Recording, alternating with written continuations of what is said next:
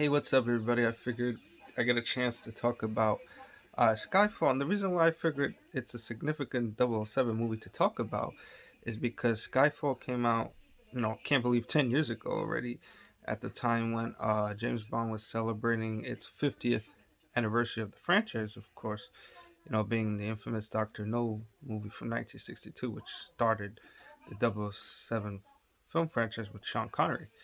And of course, Skyfall off.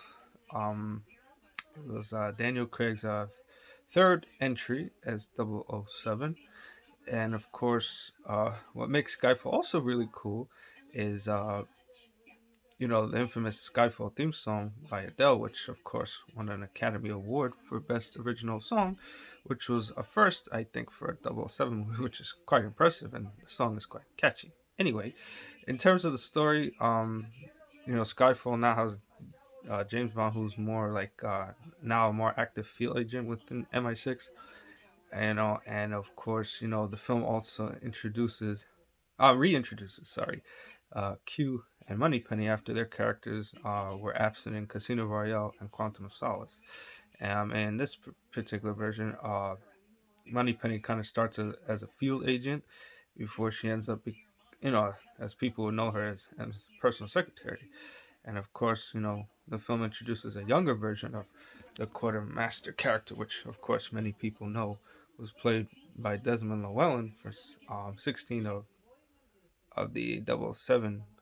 I'm sorry, 17. Sorry, from Russia with Love, until his unfortunate passing, from World is not enough. So a 36-year reign for Desmond Llewellyn as quartermaster was not a bad run, but uh, in terms of the story, this time it raises like personal stakes for M's character as she's like more involved in the storyline because of a past field agent called Raul Sylvia, played by Javier Bardem, uh, who has like a past, connection with him and also a personal grudge against him for also abandoning him, you, you know, even though he was considered, at the time one of the best MI6 agents until he went rogue.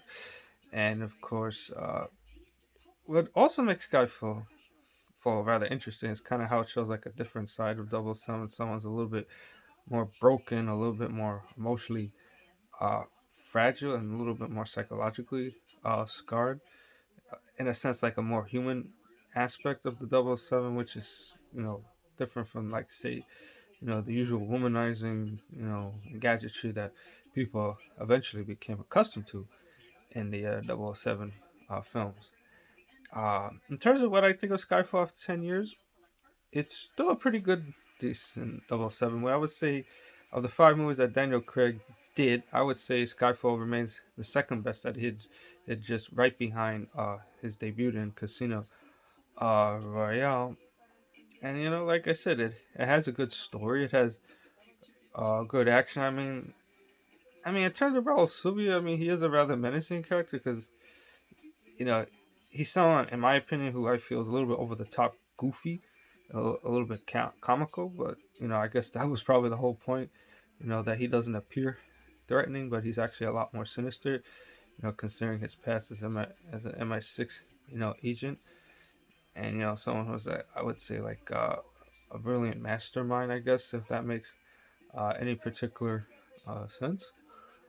And I was and another thing I like about Skyfall, it gets to explore James's past as well, which only previous films vaguely hinted at, but didn't really go into much detail. And you get to see the further scenes between him and Bond, strengthening their relationship. And of course, what kind of made Skyfall a little sad that this was Judi Dench's last appearance, as M, even though of course she would make one more appearance in a video scene in Spectre. So, but in a sense, this was almost like her last official appearance after, portraying the role of N since GoldenEye, when she was with Pierce Brosnan. So, that's that. Anybody who's seen Skyfall, who loves, James Bond, curious to hear what people think about it, even after 10 years later. Any type of comments and feedback are greatly appreciated.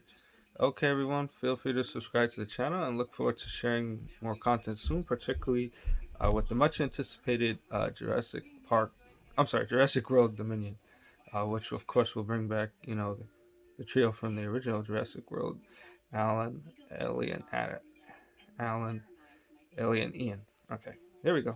Okay, everyone, thanks.